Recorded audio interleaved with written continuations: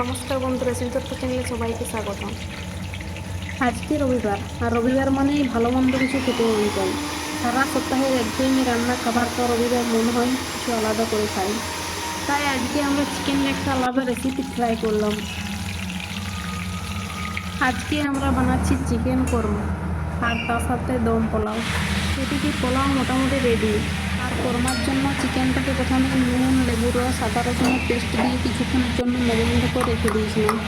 তারপর চিকেনটাকে একটু হালকা করে ভেজে নেব।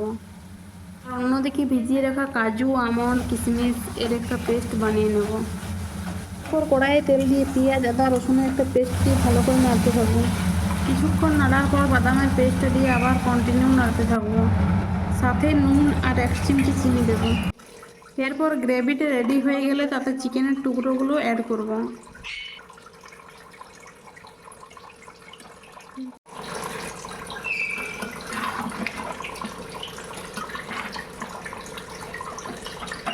আর সাথে ফেটিয়ে রাখা দইটা অ্যাড করব।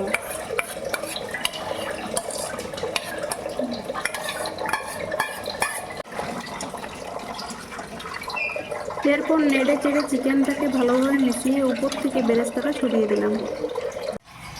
ব্যাস, আমাদের কোরমাও রেডি, আর দম পোলাও রেডি। কে কে খাবে চলে আসুন। কার কার পোলাওয়ের সাথে চিকেন খেতে ভালো লাগে কমেন্টে জানিও। ভিডিওটি ভালো লেগে থাকলে লাইক, কমেন্ট অ্যান্ড শেয়ার করো। টাটা।